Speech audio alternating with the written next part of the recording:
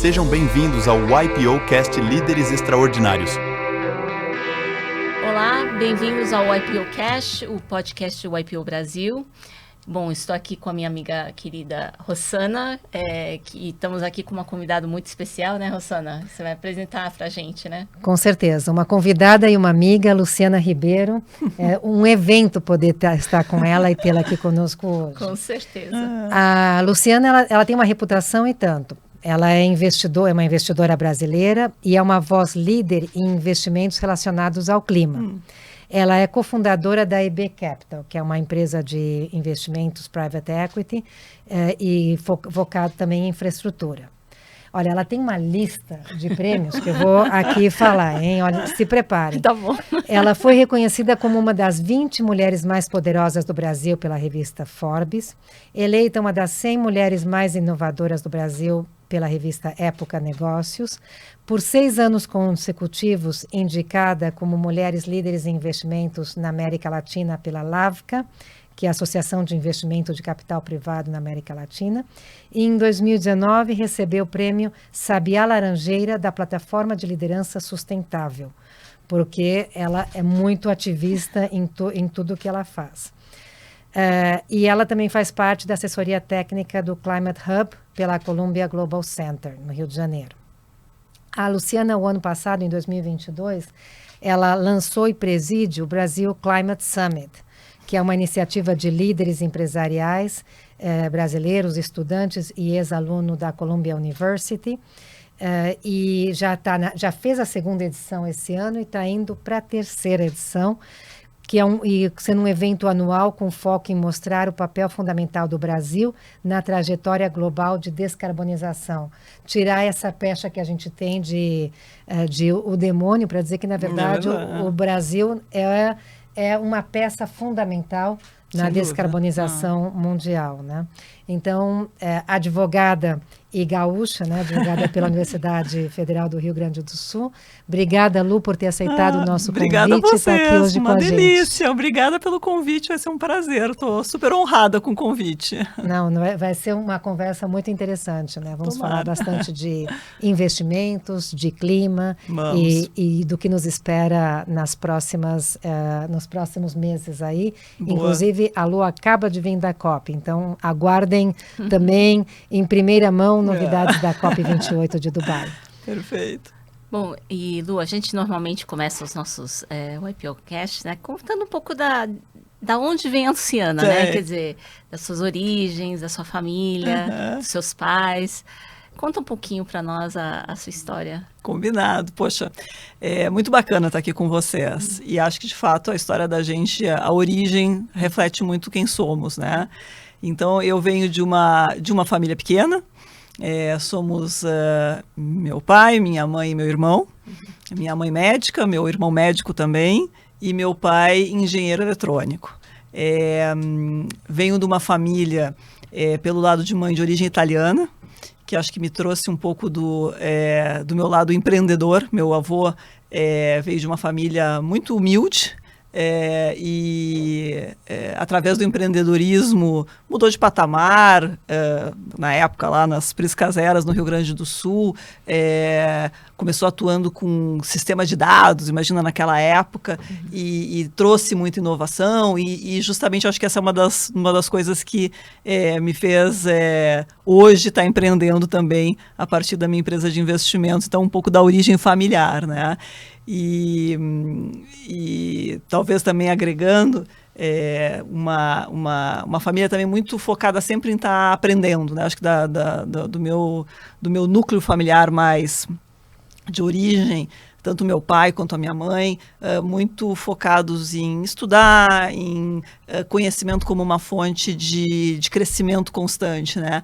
Então acho que foi um aprendizado bacana lá da minha família de origem. Que legal. E aí você fez advocacia, quer dizer, você estudou direito, né? Quer dizer, conta um pouquinho como foi. Te conto. Essa migração, né? Do direito para a área financeira. Conto.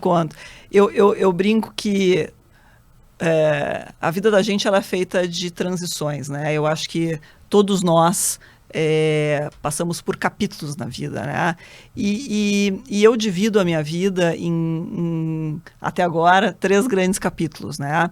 Eu acho que um primeiro capítulo foi o capítulo da Luciana advogada, né? Eu me formei na Universidade Federal e advoguei, de fato, durante quase 10 anos, dentro de uma empresa de comunicação, mas atuando de fato como advogada.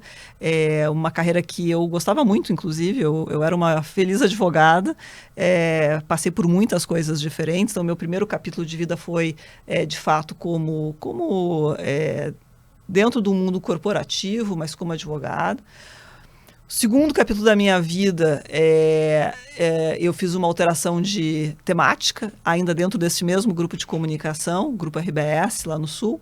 Eu fiz uma migração de carreira e fui para a área de investimentos. Na época, o Grupo RBS estava fazendo um processo de diversificação para outras áreas, e nós abrimos o que hoje em dia se chamaria de um Corporate Venture Capital, na época se chamava de uma área de desenvolvimento de novos negócios, eu fiz meu MBA nessa época na Columbia University, e justamente logo depois que eu volto do meu MBA, a RBS estava lançando esse capítulo de diversificação e me convida para atuar dentro desse ambiente. Então eu começo um segundo capítulo da minha vida, que é o capítulo, vamos dizer assim, mais numa área de investimentos. E o terceiro capítulo da minha vida profissional é um capítulo em que eu me vejo como empreendedora. Eu nunca me vi empreendedora de origem.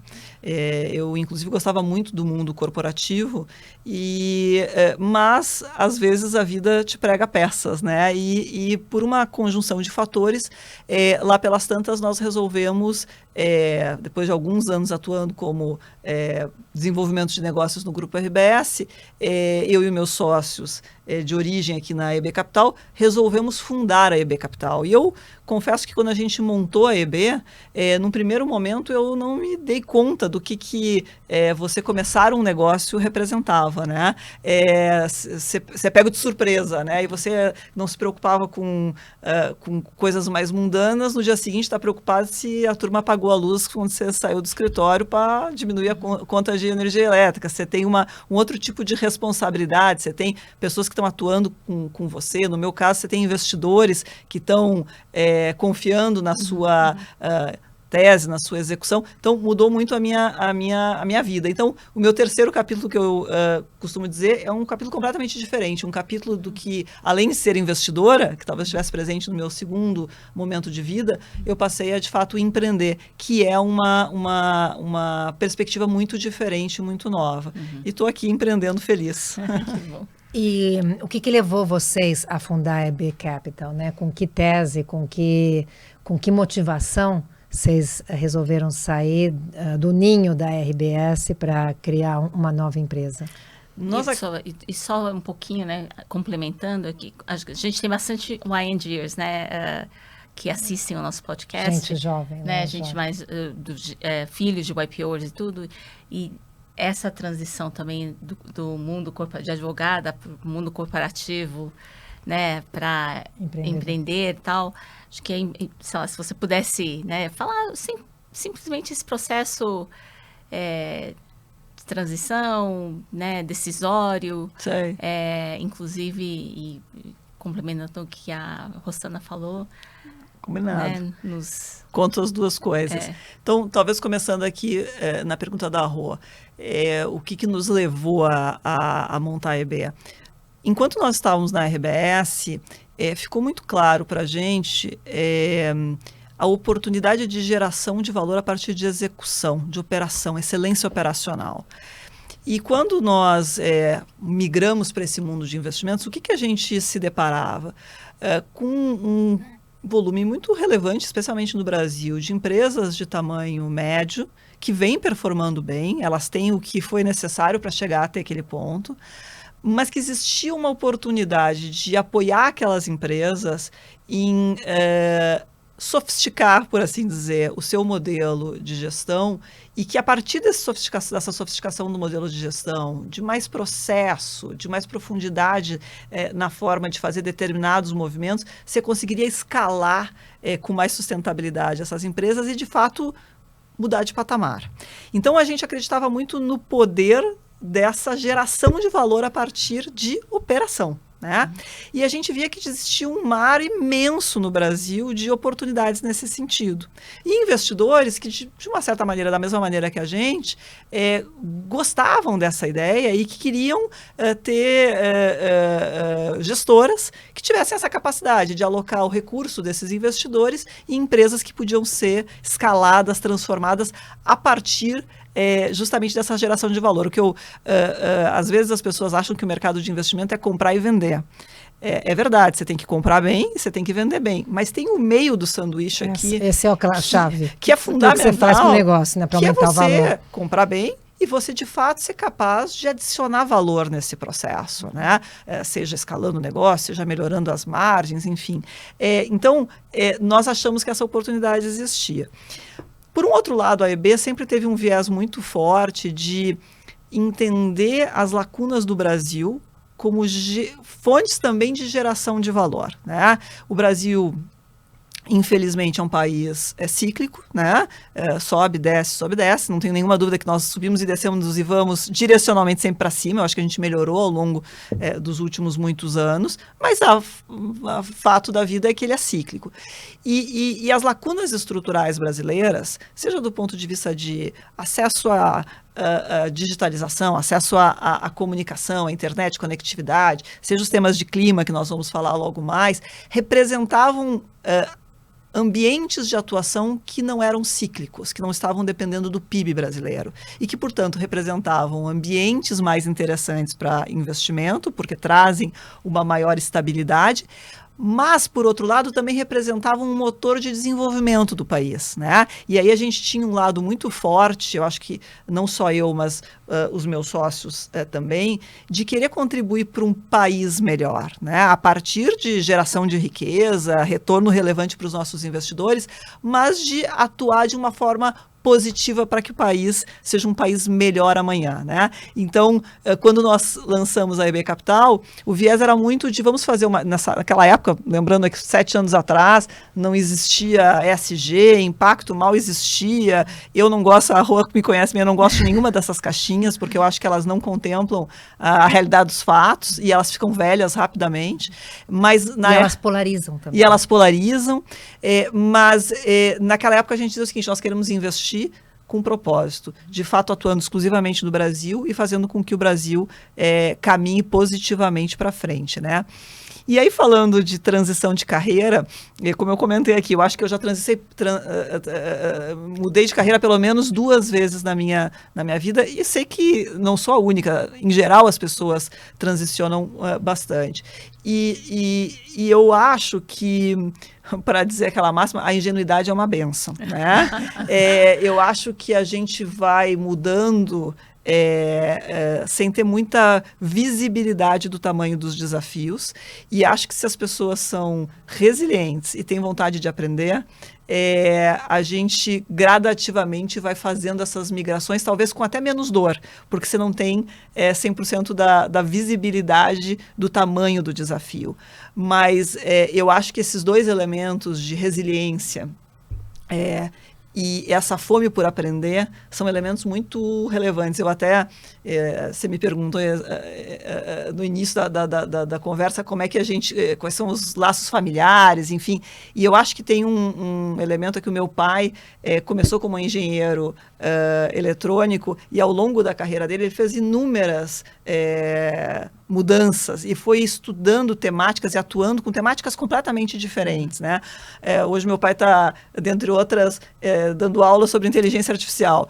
E eu brinco essa vontade de você estar sempre aprendendo novo, né? De você estar sempre indo para um próximo capítulo e com a mesma disposição que você tinha quando você tinha 18 anos, né? Você aprender com a mesma sagacidade, com a mesma fome, é muito importante, né? E você resistir às intempéries, porque elas virão, né? Não, isso é super interessante. Então, o que você estava comentando é que na EB Capital vocês trabalham com as lacunas estruturais como motores de crescimento, né? E com esse enfoque realmente de trabalhar de forma a criar um valor positivo para o Brasil, para a sociedade, para o ambiente e para o clima, em especial, que é a sua especialidade, né? Então, quais são as áreas em que vocês têm atuado e por quê, né? O que levou vocês a pensar nisso como uma lacuna estrutural? Hoje a EB tem nós somos, como dizemos, uma empresa multiprodutos, né? Então nós temos desde real estate, a infraestrutura, a private equity, e eu vou colocar aqui o tema de clima quase como uma vertente vertical adicional, porque eu acho que hoje ela realmente representa, não só no Brasil, mas no mundo, um vertical adicional, né? Então hoje... Então quando você chegar no clima, aí aproveita e desmistifica, né, um pouco o clima como... que a gente sempre fala de ESG, ou de impacto, de sustentabilidade, que são as palavras que a Luciana não gosta, mas se vê muito isso como uma filantropia, ou como uma questão de responsabilidade social que a empresa tem que colocar no relatório de sustentabilidade, né? Então, como é que vocês estão trabalhando nessa vertical de clima, quando você chegar lá, realmente como uma oportunidade de negócio? Tá bom. Eu vou fazer duas coisas, Rô. Eu vou falar um pouco de clima, sobre a perspectiva da EB, e eu faço questão de trazer um pouco aqui o olhar. A COP não se encerrou ainda, então muito ainda a se ter aí como resultados, mas eu quero trazer um olhar diferente, que talvez faça uma provocação. Opa. Eu gosto de fazer provocações, né? Então, o que a EB hoje tem, né? Nós temos um braço de private equity, que faz investimentos, de forma geral, em empresas de tamanho médio, né? E temos uma série de investimentos em diferentes 150 milhões perfil, de reais? Ou... 100 a 300 milhões de reais, como um primeiro investimento, e isso pode, a partir de rodadas adicionais, nós temos investimentos, nós colocamos mais de R$1 bilhão, então depende um pouco aqui também do espaço de cada um dos investimentos. Então hoje nós temos esse braço de private equity, nós temos um braço de infraestrutura, onde nós fizemos um investimento por acaso no Rio Grande do Sul, uma primeira planta no investimento de biogás, de biometano, que é uma tendência muito relevante aí nesse ambiente de clima. Nós temos um fundo focado nas temáticas de clima, que está olhando para a economia circular, cidades sustentáveis, está olhando para a temática do agronegócio, sob a perspectiva de escassez alimentar, que eu acho que é uma temática que também vale a pena a gente falar um pouquinho mais na sequência. Hoje nós temos um braço de real estate também, e estamos aí em breve trazendo uma outra vertente de crédito a ser lançada no início do ano que vem. Então, essa é a configuração aqui de EB Capital. Tá? E de crédito voltado também a médias empresas? Aqui novidades, nós estamos construindo aí no produto novidades. Virão. Não, esse foi o teaser não vou, como é que se brinca? Não vou estar fazendo um spoiler e estragar aqui a Esse foi só um teaser, aguardem. Aguardem, mas vão ser boas novidades pela frente. Agora falando um pouquinho de clima, né? E até com um olhar bem forte para a questão aí do que está vendo pela COP, né? Eu não tenho nada contra a terminologia ESG, mas ela não embarca o que a gente está falando aqui, né? ESG é um processo pelo qual as empresas olham para as temáticas de governança, por sinal são temas muito diferentes, né? Governança, questões sociais e ambientais, e tem aí uma discussão de como atuar a partir de processos na temática ESG, tem um viés de risco, tem um viés de oportunidade, maravilha. Quando eu estou falando de clima, eu não estou falando disso, né? O que eu acho que nós, inclusive nós brasileiros, precisamos nos dar conta, né? O mundo moderno, ao longo dos últimos 300 anos, se desenvolveu a partir de fontes poluentes. Nenhuma crítica ou visão favorável, mas o fato é que nós, a forma como nós, da escova de dente ao carro, foi carvão, petróleo. São essas as fontes de energia na qual, desde a Revolução Industrial, nós construímos o nosso jeito de operar negócios e de viver. Né? E também é incontestável, imagino que sejam poucos os que ainda sejam capazes de negar, que existe uma mudança climática acontecendo e existe um problema. O que faz com que os negócios, de uma maneira geral, precisem rever as suas formas de operar. Né? O Brasil é uma situação muito diferente. As nossas emissões, elas vêm principalmente a partir do uso da terra, né? Sendo que deste uso da terra, principalmente a partir de desmatamento. Né? Então, o Brasil tem uma situação muito peculiar, que a nossa matriz elétrica, não é de energia de maneira geral, mas elétrica, ela é extremamente limpa, porque ela vem de uma base especialmente de hidro, né? E temos atuado muito na questão tanto solar quanto eólica. E a maior parte das emissões vinham, de fato, de desmatamento, né? O Brasil melhorou muito nos últimos meses, nós estamos fazendo, de fato, uma melhoria a partir, também que sem nenhum julgamento de mérito, apenas de dados, né? Mas existe uma melhoria importante na questão de desmatamento, o que faz com que o Brasil volte a ter legitimidade para falar de clima, né? Mas quando a gente olha para o restante do mundo, é uma outra realidade. 75% das emissões vem por conta de matriz elétrica ou de energia de maneira geral, né? E aqui as matrizes são... na matriz energia, né, que você tem a elétrica e combustível, até o combustível também é via etanol, boa parte do... Nesse aspecto, o Brasil também quando a gente olha a matriz energética de maneira geral do Brasil, nós também temos uma matriz relativamente limpa. Aqui a gente está falando quase que metade, limpa, não limpa, né?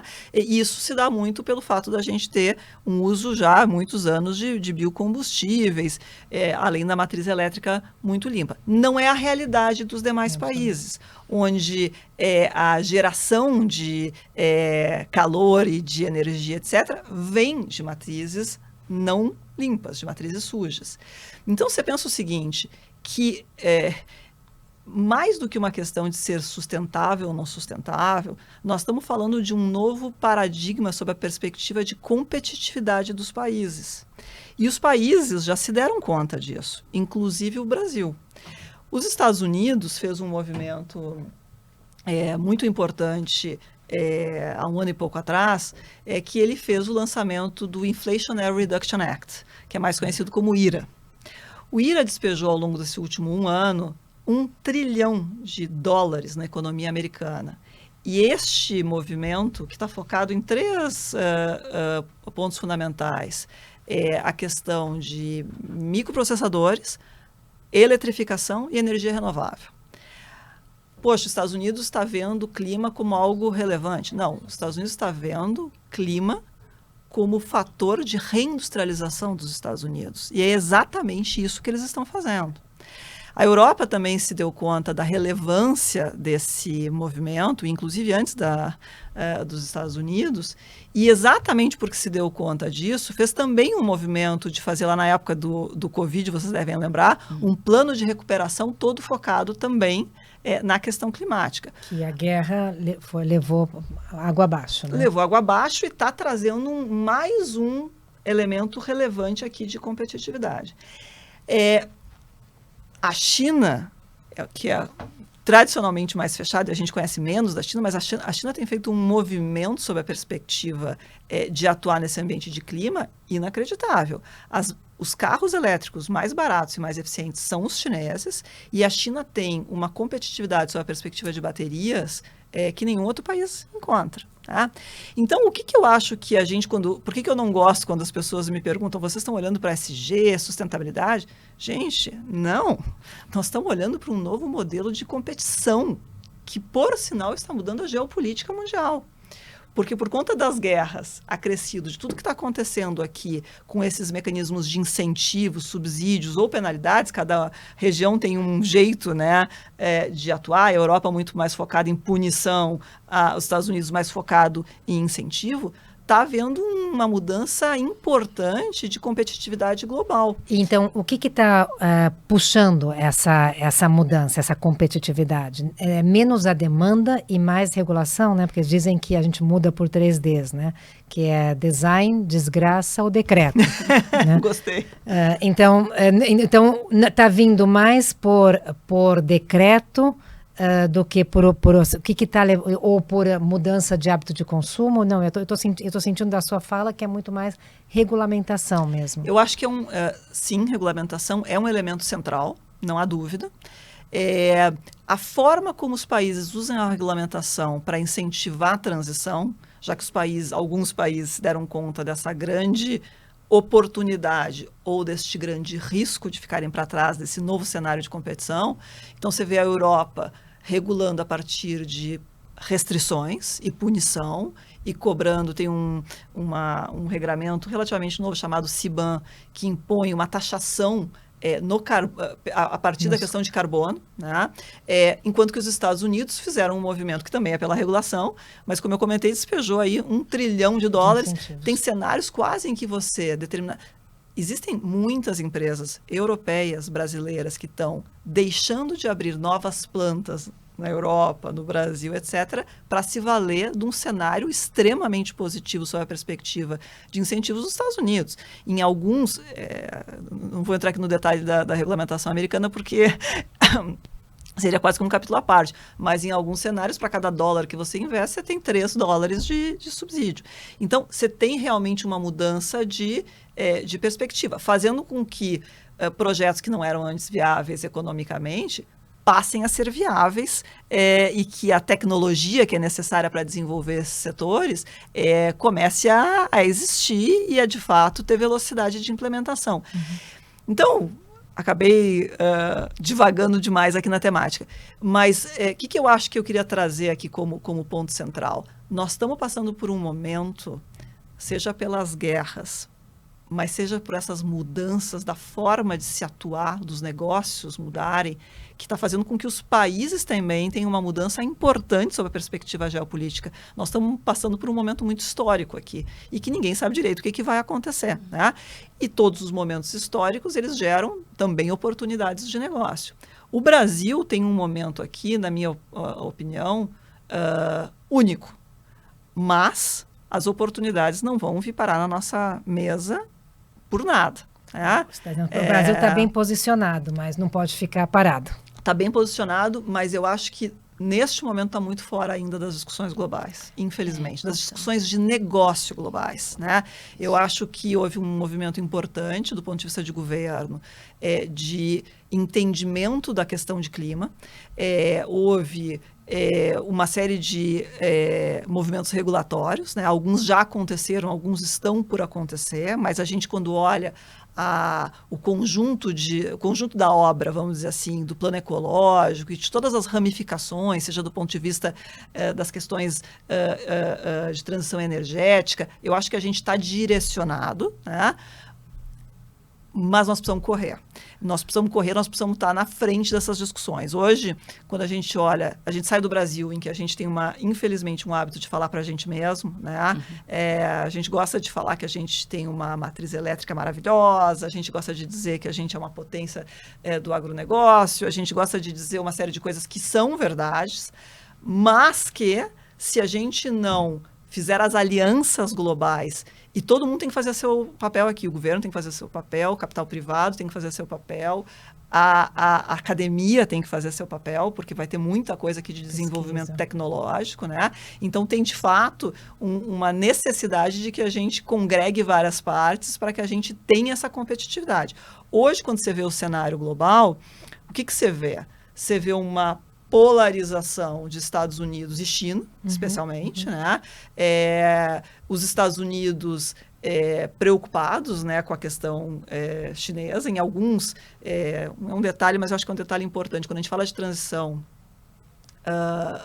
de energia, um elemento central é a questão das baterias, né? Como é que você faz o armazenamento disso? E uma série de materiais são necessários para isso. Se fala muito hoje de lítio, do cobre, que sempre se falou, etc.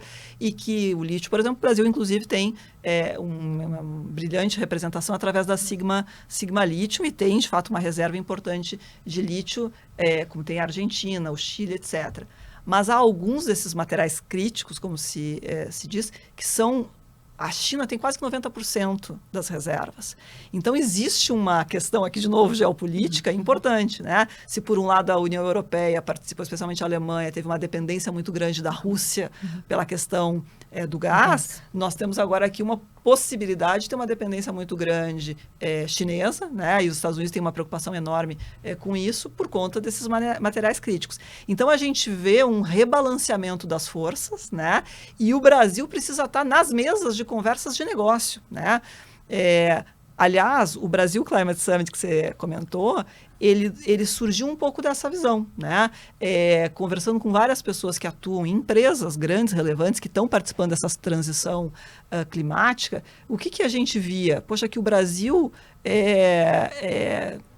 não estava nas mesas. Não era protagonista. E não era protagonista. E que nós sabemos que nós temos uma matriz limpa, mas... Ninguém mais sabe. Talvez não muito mais gente saiba, né? As pessoas lembram do Brasil por conta da temática de Amazônia, mas nós queremos, e do agronegócio, obviamente, mas nós queremos estar nas mesas para discutir.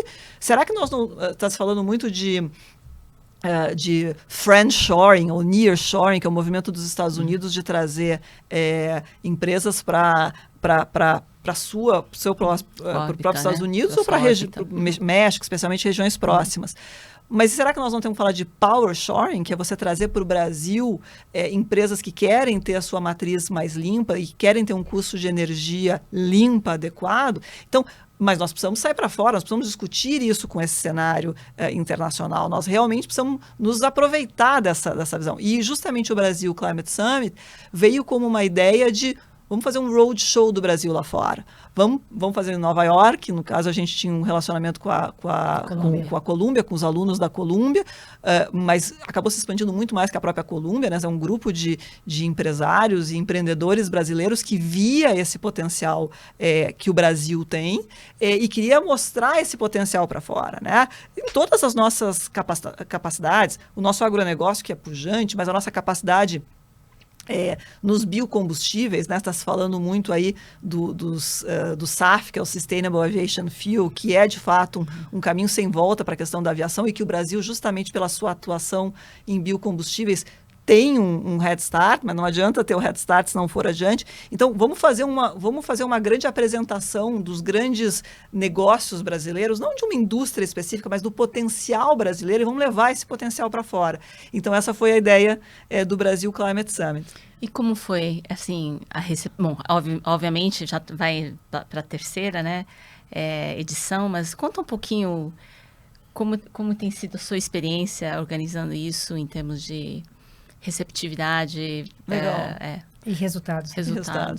Eu acho que talvez a primeira coisa que eu faça referência é que o Brasil Climate Summit virou uma representação, na minha opinião, do poder do coletivo, né? Esse não é um evento que é feito por uma pessoa, é um conjunto de pessoas. E está colado no evento da ONU, né? Então, até criou um burburinho. Super. A gente faz combinamos sempre com a turma do Pacto Global e a gente faz antes da Semana do Clima e sempre casado ali com as datas, né? E realmente é um conjunto de pessoas, né? São empresários, empreendedores brasileiros, alunos, ex-alunos da universidade, que se juntam e que ao longo de um ano inteiro, nós demoramos um ano para produzir o evento, se preocupam em olhar com muito cuidado para toda a questão das temáticas que nós estamos trazendo, ter profundidade. Os painéis são painéis quase profundos demais. O pessoal sai de lá estafado, porque é muito conteúdo. Mas a gente realmente vai com muita profundidade, né? E nós criamos um olhar para conteúdo, um olhar para trazer a audiência certa, porque claro que nós queremos que os brasileiros estejam lá e que estejam dispostos a apresentar o Brasil e a fazer negócio.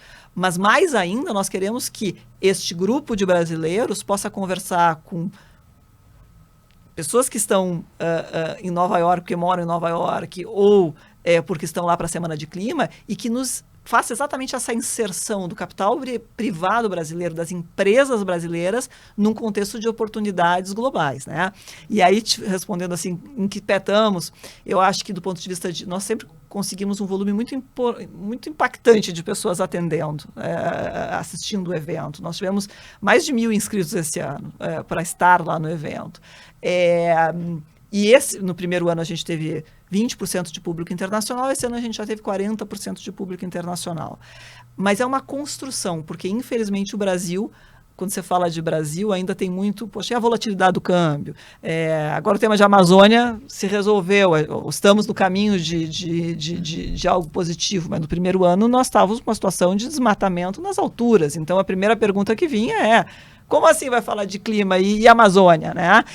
Então, acho que nós tínhamos um tema de casa que, como como nação, né, nós evoluímos, ainda tem muito para ser feito, mas evoluímos, mas esse trabalho de posicionamento, quase que de branding do Brasil, ele é um processo que estamos só no início da jornada, né? Então, acho que a gente começa a colher resultados, o evento tem uma relevância, o evento, ele criou, uma das coisas que nós queríamos é que ele não tivesse atrelado a uma figura da fulana ou do Beltrano, não, nós queremos que o evento aconteça per se, porque nós queremos que ele ajude o Brasil a ter magnitude. E acho que ele ganhou essa relevância, ele já é um evento independente das pessoas, e nós temos muito orgulho disso, estando lá na origem, mas eu acho que ele é uma peça do quebra-cabeça, né? Nós temos muito mais a ser feito, sob a perspectiva regulatória, sob a perspectiva de como é que a gente se mostra lá fora, como é que a gente participa dessas discussões, como é que a gente garante que tecnologia é desenvolvida dentro de casa para que o Brasil, de fato, esteja no valor agregado do que a gente vai produzir, não simplesmente na extração de matéria-prima ou, enfim, de commodities. Então, tem um caminho longo a ser percorrido. Eu acho que a gente está no início dessa jornada. E aí, então, você precisa de uma coalizão de, como você falou, de vários órgãos, né? O capital, o produtor, o governo, a academia, é uma conjunção de fatores olhando alguns elementos comuns. Sem dúvida. E eu acho, Rô, que a gente, como Brasil, a gente gosta muito de se criticar, né? E acho que a gente tem que se criticar e sempre olhar para melhorar. Mas eu acho que a gente tem um exemplo muito positivo e que deveria ser um pouco da nossa inspiração aqui, que é o que foi feito no ambiente do agronegócio. Com etanol.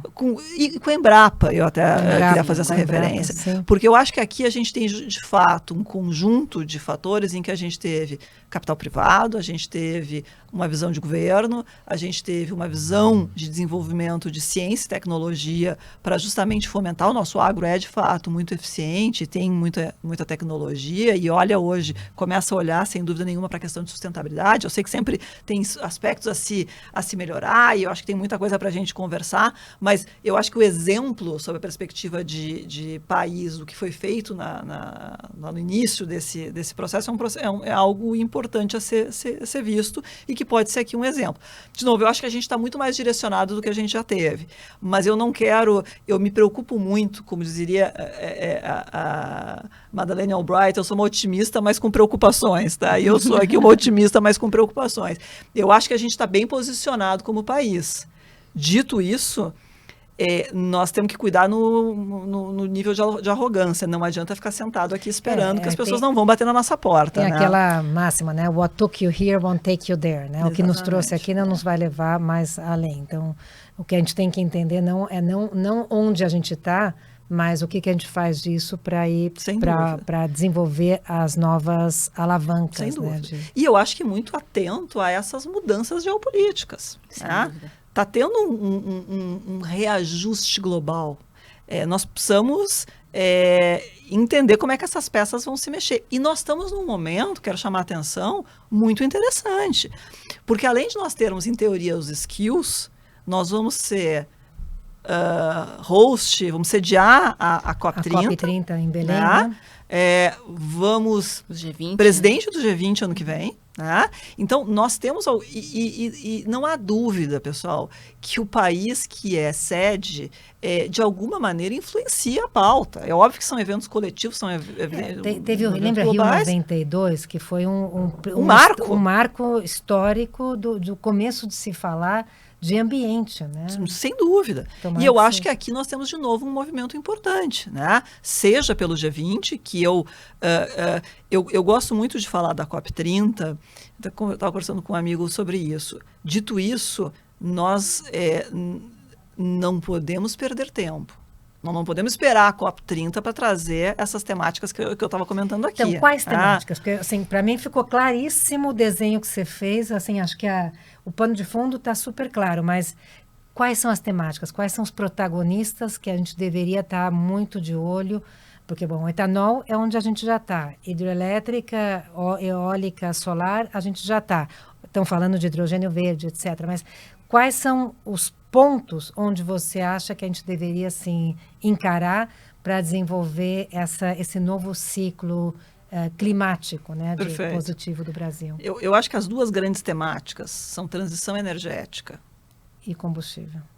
Transição Não, energética que envolve envolve biocombustível, combustível, etc., elemento. envolve aqui hidrogênio, etc., e segurança alimentar. Tá? Opa.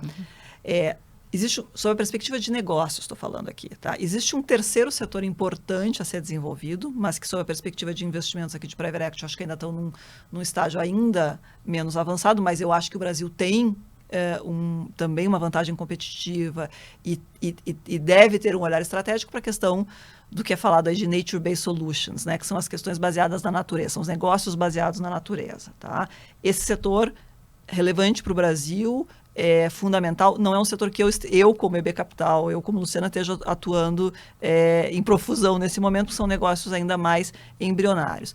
Onde é que eu acho que a gente não pode perder tempo como Brasil? Transição energética e questão vai faltar comida, especialmente comida que vem de um ambiente de sustentabilidade no mundo.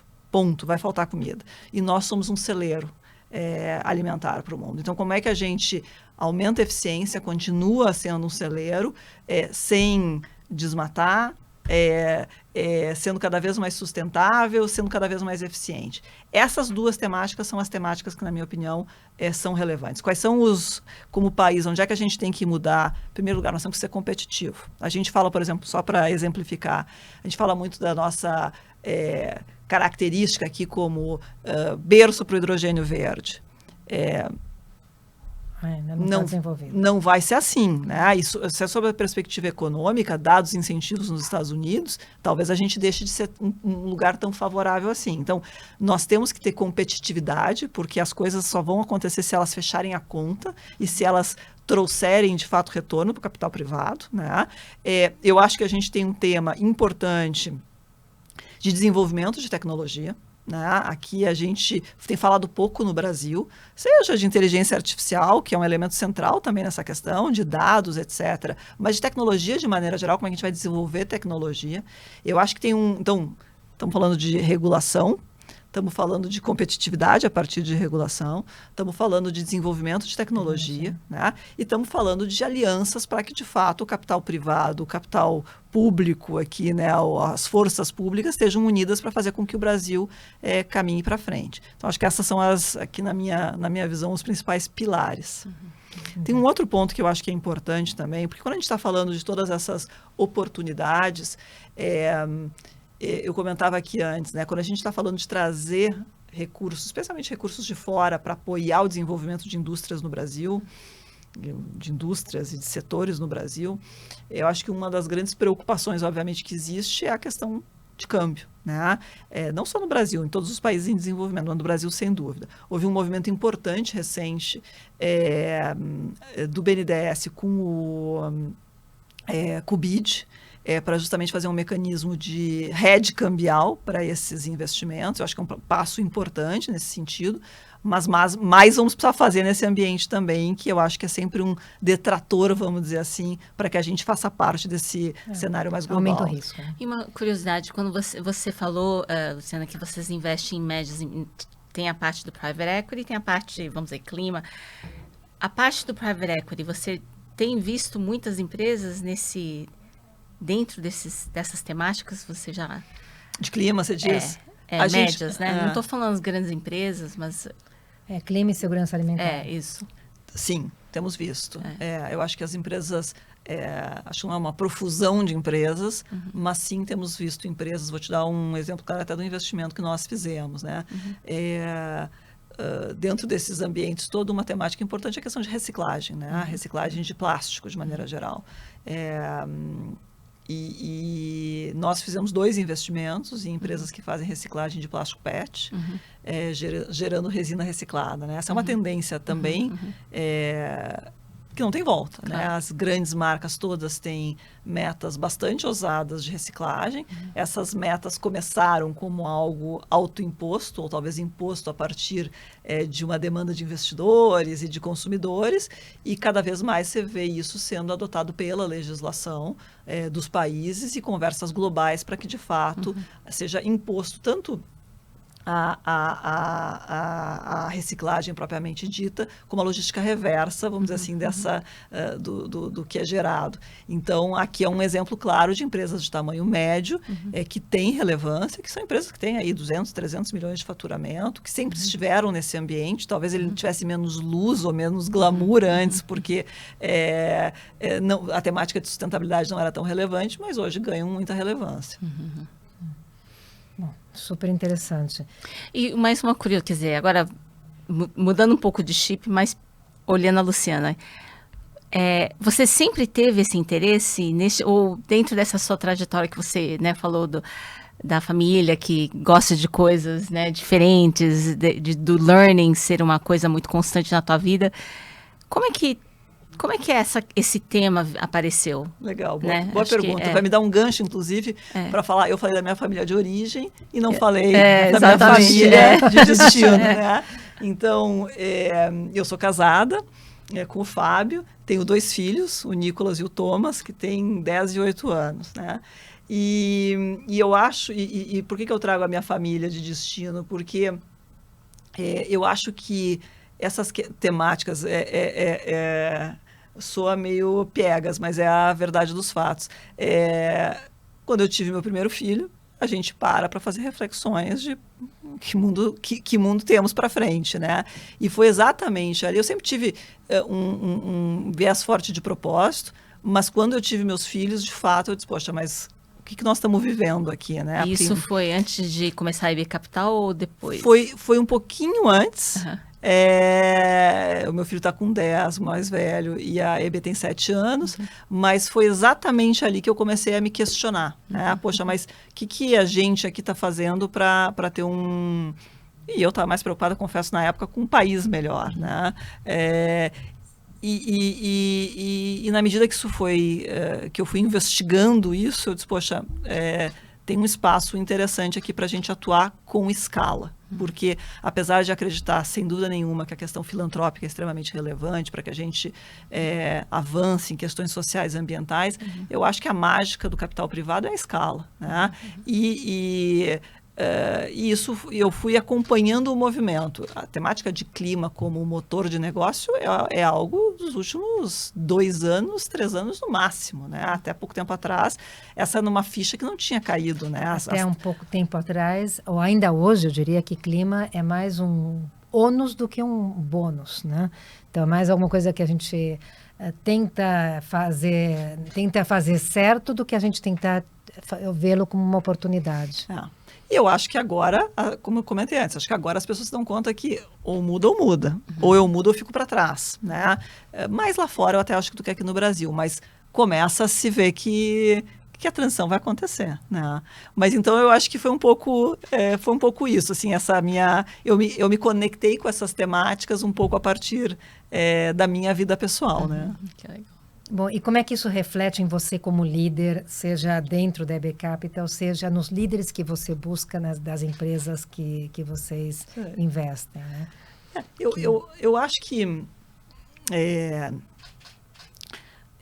quando a gente faz investimento, né, de qualquer sorte, nós temos que ser muito disciplinados e desapaixonados, né? Não adianta eu ser apaixonada por uma temática e achar que ela vai gerar retorno se os números e se a realidade dos mercados não assim mostram.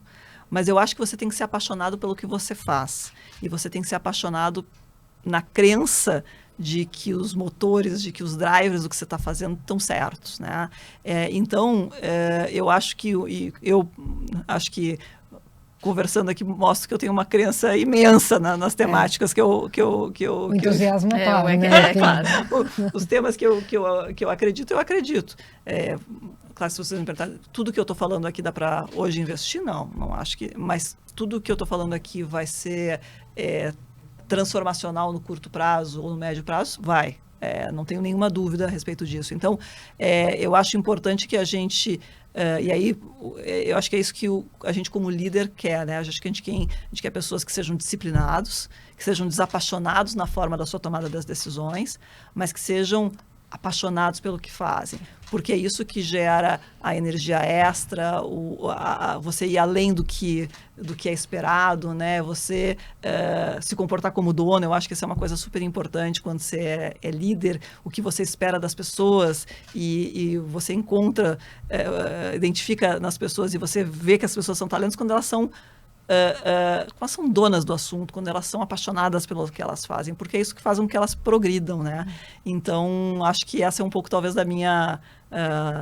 do reflexo do que eu estava comentando aqui com a minha posição de liderança. Você sabe uma coisa interessante, Yapim, dentro da EB Capital, acho que foi a primeira empresa que eu vi que instituiu um Chief Purpose Officer.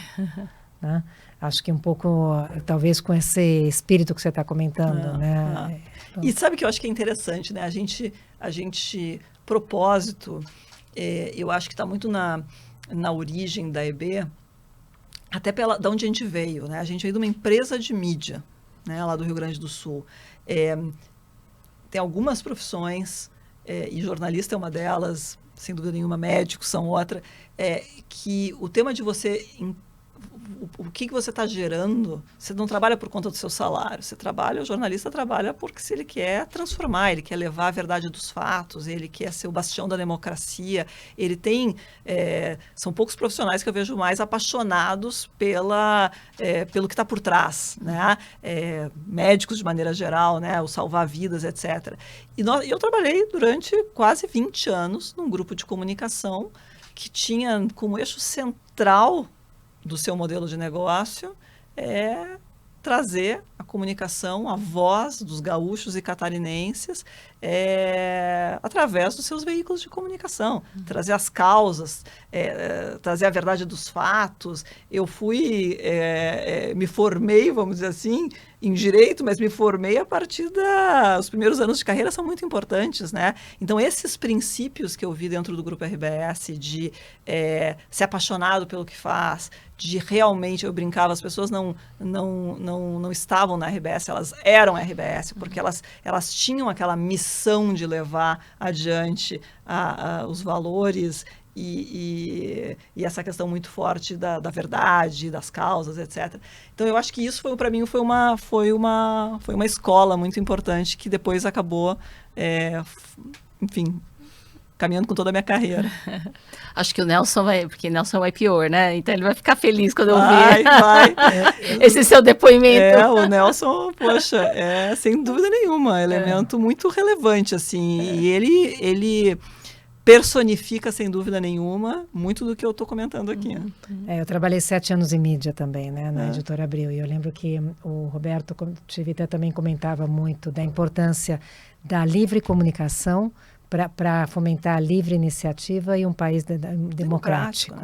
Né? Então, essa questão da força da comunicação como disseminação de entusiasmo, de propósito, de visão e fomentando o desenvolvimento do país. Sem dúvida, sem dúvida. Então, te entendo perfeitamente. Para inspirá-los a continuar essa sua visão e essa sua jornada, né? Pensando em você e no quanto você está investindo para criar um mundo melhor, a gente trouxe o Outlive, que é um livro que traz, como diz aqui, a arte e a ciência de viver mais e melhor. Ele é muito focado na parte médica, né? Mas se nós vamos viver 100 anos, a Luciana está trabalhando para que o mundo esteja melhor daqui a 100 anos. Exatamente, então, para não ser, né? Então a gente tem que trabalhar para a gente estar melhor dentro desse mundo. Para a gente não morar em Marte também. Exatamente. Para a gente não ter que morar em Marte ou outros viverem numa terra melhor. Então aqui, pensando em nós chegando e passando essa faixa dos 100 anos, em tudo que a gente tem que viver. Legal. E tem aquela série, né, do Blue Zones, né, que fala muito de como a gente se preparar para essa jornada. Tem a questão de mover-se sempre, tem a questão de alimentar-se melhor, mas tem 2 questões que também são fundamentais, e uma delas você tocou em profundidade aqui. A terceira são relacionamentos, as conexões e as comunidades que a gente cria e gera, né? E a quarta é o propósito, que é o que você estava comentando Legal. aqui, a sua razão de ser e viver. Então, a gente te agradece muitíssimo por essa razão de ser que tanto repercute positivamente na gente e dá esse livro para que você também invista em você sempre. Muito obrigada, que legal, poxa. Maravilha, já estou com uma leitura para as férias. Muito obrigada. Obrigada. Foi um prazer te ter. Obrigada pelo viu? convite, foi uma delícia. E assim sempre ótimo estar com você também. Também, igualmente. Obrigada, gente. Para saber mais, acesse o portal exame.com e busque pelo menu do site pelo canal Líderes Extraordinários.